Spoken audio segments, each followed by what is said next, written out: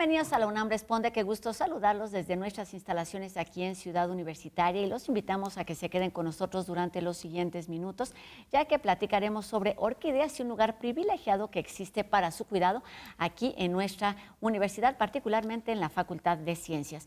Además, UNAM Global TV nos trae una historia que tiene que ver con el uso de antibióticos y los huracanes es el tema que nos presenta esta tarde Clima en Movimiento. Quédense con nosotros, comenzamos.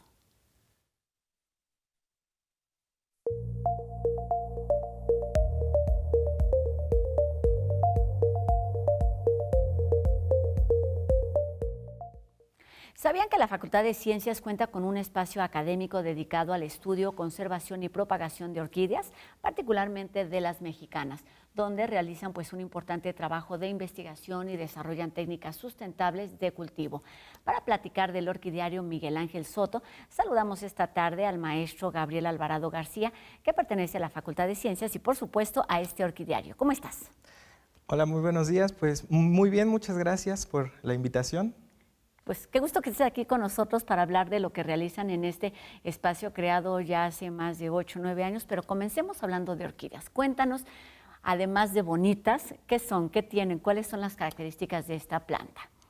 Bueno, pues las orquídeas son una familia botánica que es sumamente diversa, entra dentro de las primeras 3 familias botánicas con más diversidad de especies en todo el mundo. Las orquídeas tienen como característica principal el hecho de poseer 6 piezas florales repartidas en 3 sépalos y 3 pétalos, y uno de sus pétalos se encuentra modificado debido a razones evolutivas.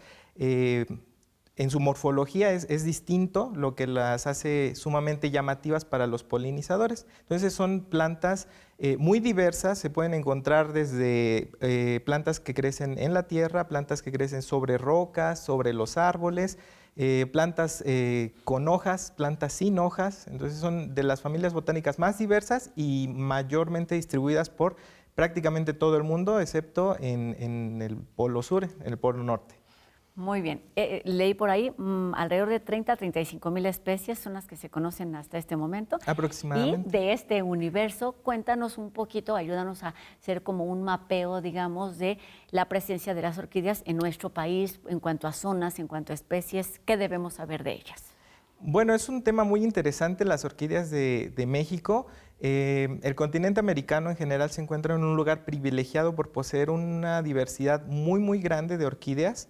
De manera específica, México no destaca en cuanto al gran número de especies, ¿no? Tenemos países como Colombia que tienen bastantes más, pero en México tenemos especies que son muy diferentes, especies que son muy especiales desde el punto de vista evolutivo, aproximadamente entre 1,250 y 1,300 especies de orquídeas, dependiendo, pues ahora sí que las investigaciones que se han realizado y que cada año salen nuevas especies que se descubren en nuestro país. Entonces tenemos plantas que aparte para los mexicanos son muy importantes, no solo por su importancia ecológica o su importancia a nivel estudio evolutivo botánico, sino que también tenemos historia con las orquídeas, ¿no? Desde épocas precolombinas, las orquídeas como la vainilla, por ejemplo, ya eran utilizadas por nuestros ancestros para fines culinarios y rituales, pero también algunas otras de las cuales se extraen mucílagos de los pseudobulbos que se utilizaban, por ejemplo, para el arte plumario, como durante bastantes años como adhesivo para laudería, por ejemplo. Entonces son plantas importantes a diversos niveles. Que tienen muchos usos. Claro. Justo para allá, Iván, mencionaste 2 cosas importantísimas a las que te acabas de referir, que tiene que ver con su función o su lugar en la evolución, pero también consideradas plantas que tienen que ver con la polinización. Cuéntanos su lugar en el ecosistema o en los ecosistemas. Claro. Sus funciones.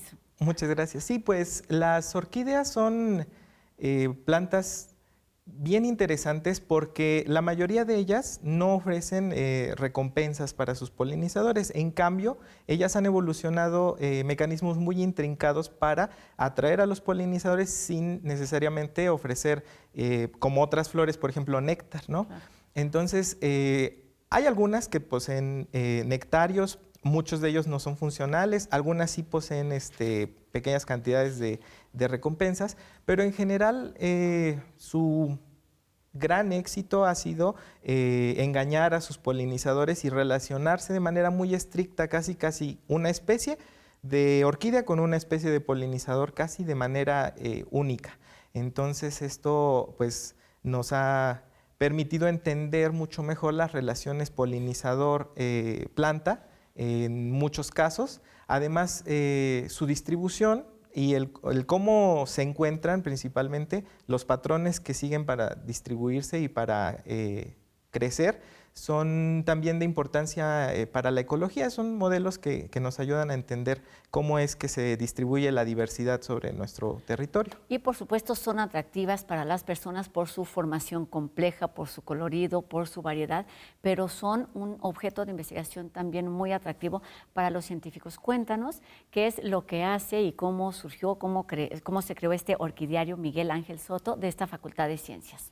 Gabriel. Claro, pues el orquidiario Miguel Ángel Soto nace por los años de 2016-2017 y nace como respuesta a la necesidad de un proyecto de conservación de una orquídea endémica de México, que es la Barquería whartoniana. En aquel entonces, la extinta Zagarpa otorgó un financiamiento para la facultad para poder hacer los invernaderos en la parte superior del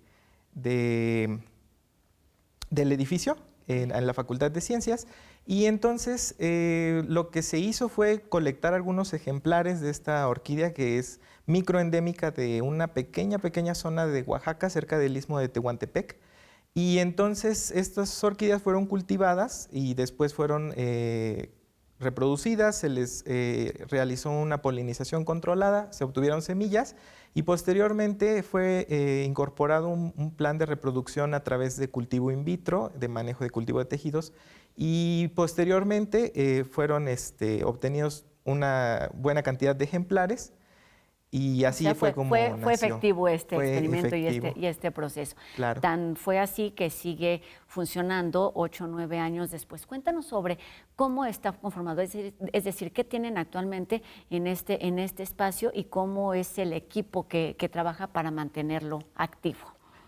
Claro, bueno, actualmente ha crecido mucho la cantidad de orquídeas, como mencionaba, originalmente para albergar a Barquería whartoniana. Sin embargo, actualmente pues debe haber más de 2,000 ejemplares de distintas especies de orquídeas, no solo mexicanas, sino algunas también extranjeras.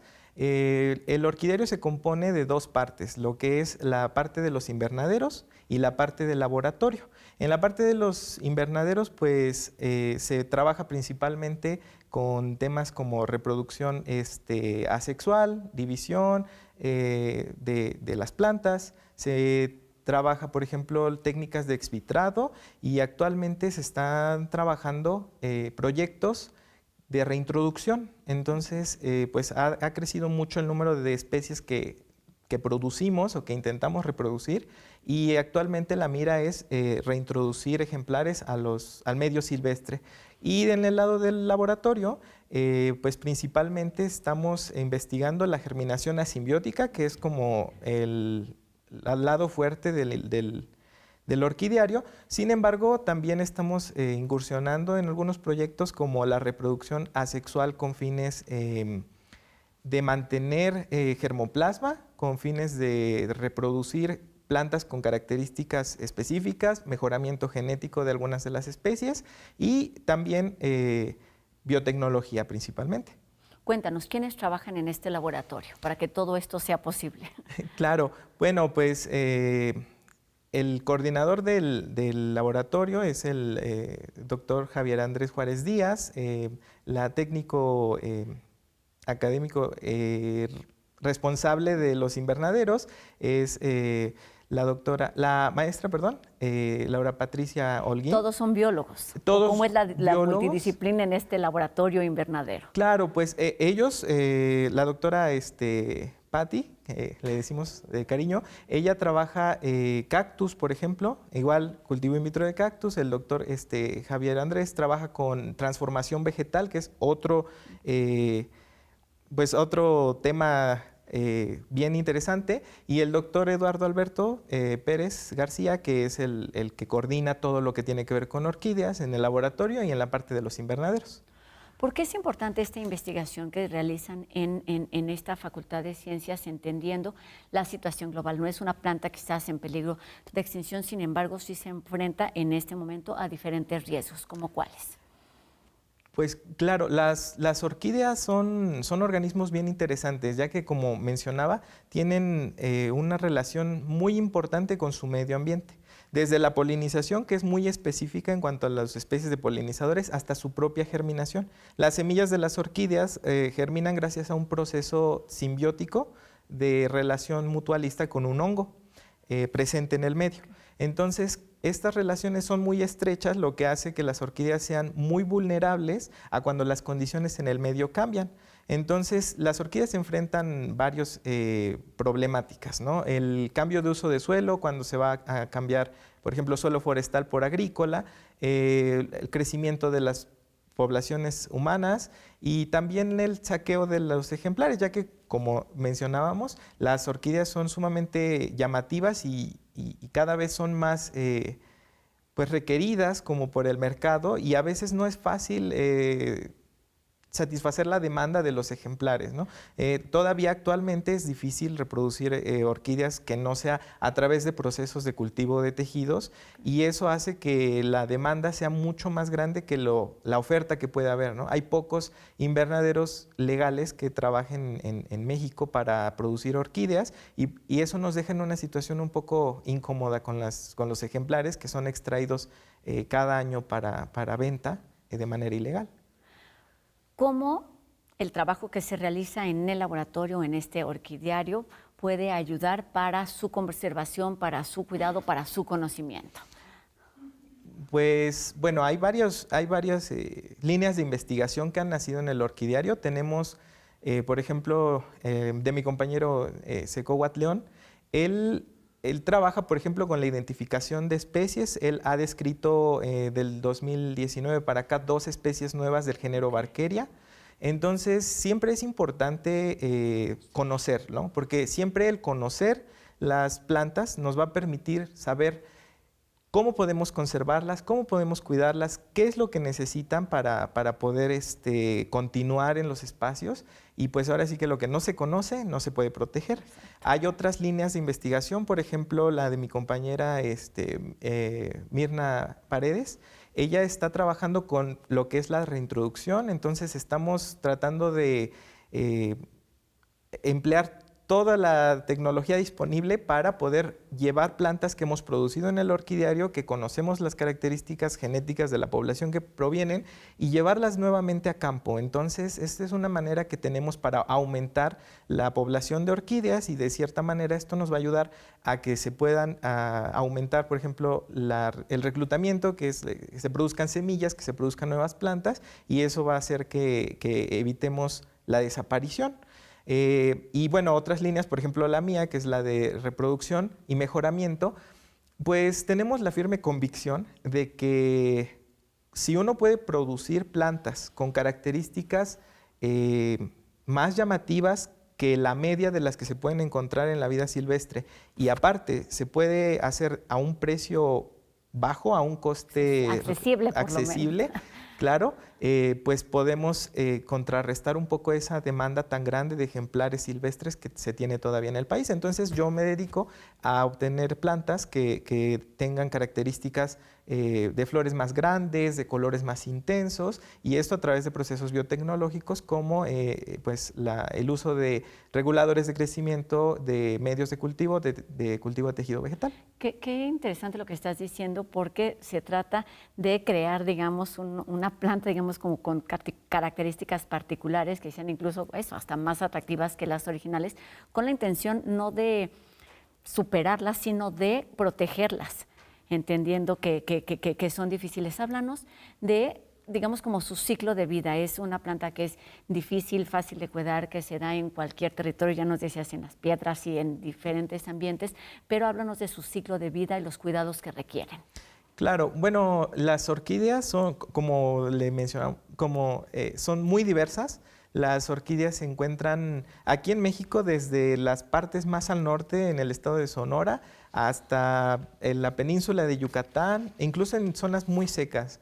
Entonces, pues la mayoría de las orquídeas lo que requiere son sustratos que no sean muy, ¿cómo explicarlo? Sustratos que no se encharquen con facilidad. Las orquídeas epífitas, por ejemplo, suelen requerir un sustrato sumamente aireado, principalmente corteza de pino, que es el insumo más utilizado. Y las orquídeas terrestres ocupan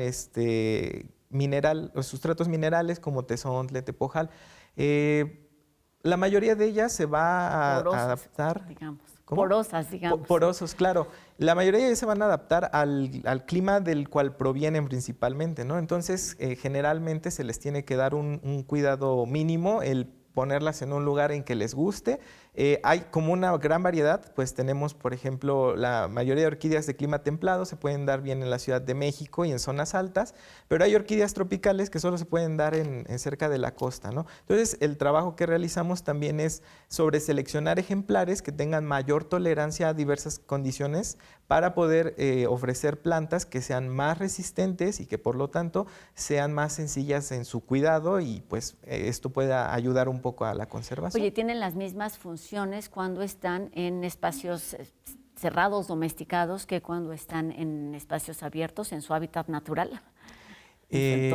Bueno, pues no principalmente. Eso es una cuestión bien interesante. Bueno, las orquídeas de interior que tenemos, por ejemplo, Phalaenopsis, que estas son extranjeras, vienen de las zonas del sur de China, todas estas islas de Asia. Esas orquídeas, por ejemplo, son sumamente delicadas en cuestión térmica. Si les da un poco el frío, pueden perder las hojas, pierden las flores. Pero la mayoría de las orquídeas mexicanas se adaptan muy bien al territorio nacional, lo que las hace plantas incluso atractivas para ser cultivadas en jardines. Okay. Entonces, como son sumamente resistentes y tienen condiciones bien diversas en que se pueden dar, pues hay que conocerlas, claro. Y ahora, bueno, sobre el papel que desempeñan en nuestras casas y en la naturaleza, pues sí hay que estar muy conscientes que tener una orquídea en casa la priva varias veces la priva de estar intercambiando genes con sus poblaciones, ¿no? Entonces, justamente el hecho de que podamos acceder a ellas a través de un vivero que las haya producido con el fin explícito de estar en nuestra casa es una forma muy responsable de no afectar justamente a esta supervivencia de las especies en su medio natural.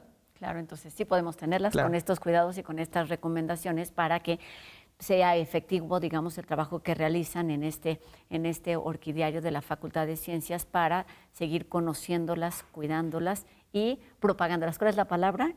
Sí, propagándolas. Propagar. Sí. Muy bien, propagar orquídeas. Pues muchísimas gracias por estos minutos, maestro Gabriel Alvarado García, de este orquidiario Miguel Ángel Soto de la Facultad de Ciencias de nuestra universidad, por estos minutos y por este trabajo para cuidar esta especie tan diversa. Gracias. No, pues muchas gracias a ti, Rosa, por la oportunidad, por el espacio, por el tiempo. Un gusto escuchar todo eso que hacen de forma cotidiana y que a veces no nos enteramos. Gracias, Gabriel. Y vamos con otro tema, porque la conferencia para mujeres estudiantes de física CUWIP México se llevará a cabo del 24 al 26 de febrero en modalidad híbrida. Las interesadas en fortalecer su formación y proyección profesional en esta disciplina pueden participar en el encuentro que ofrece pues, un espacio de diálogo, aprendizaje y acompañamiento académico. El programa incluye charlas de investigación, paneles sobre posgrado y orientación profesional que busca fomentar el intercambio de experiencias entre estudiantes y científicas ya consolidadas. El evento es gratuito y propone ser una oportunidad para ampliar redes de contacto y además conocer diferentes áreas de especialización en torno a la física.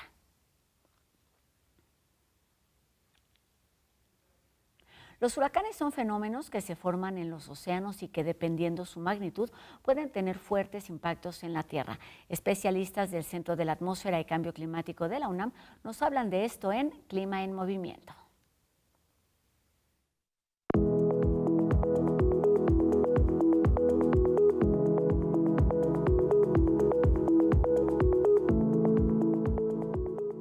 se denominan ciclones tropicales, ¿no?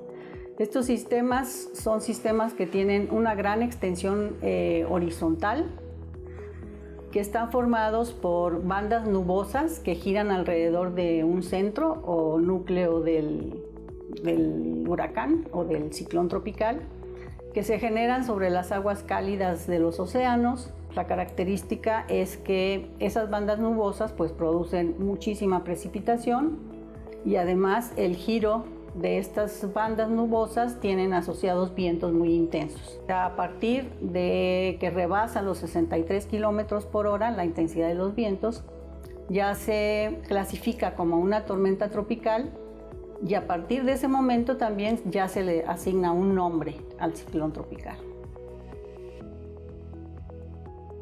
Existe una escala que se conoce como la escala de Saffir-Simpson, que divide la categoría de los huracanes en 5, ¿sí? Los huracanes de categoría menor, que son las categorías 1 y 2, y los huracanes de categoría mayor, que son las categorías 3, 4 y 5.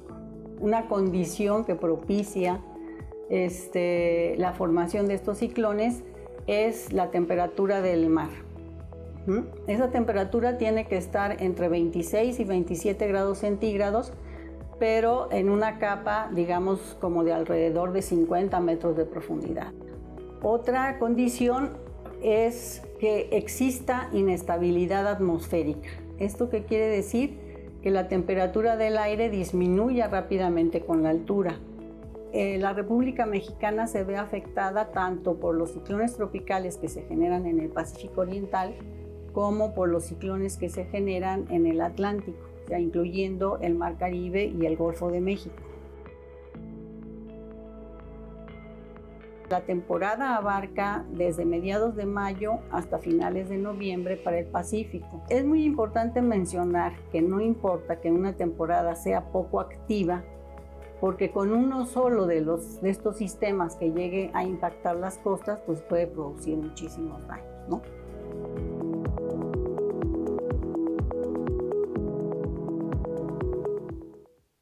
El uso adecuado de antibióticos debe ser un compromiso individual y colectivo. El doctor Samuel Ponce de León nos habla de la resistencia microbiana en la siguiente entrega de UNAM Global TV.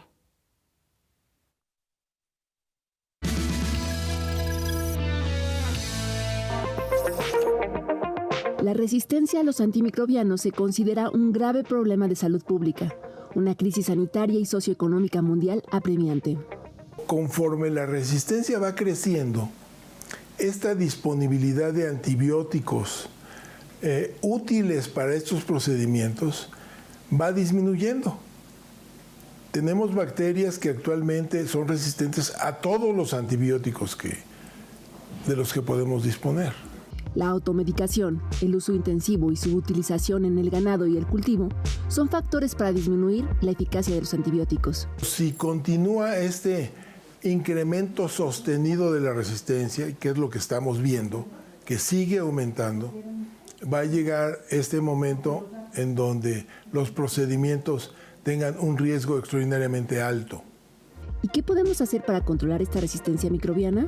Utilizar racionalmente los antibióticos. Los antibióticos son un extraordinario recurso natural no renovable, que tendríamos que cuidarlo de una manera muy comedida, porque el producto es precioso para nuestro bienestar.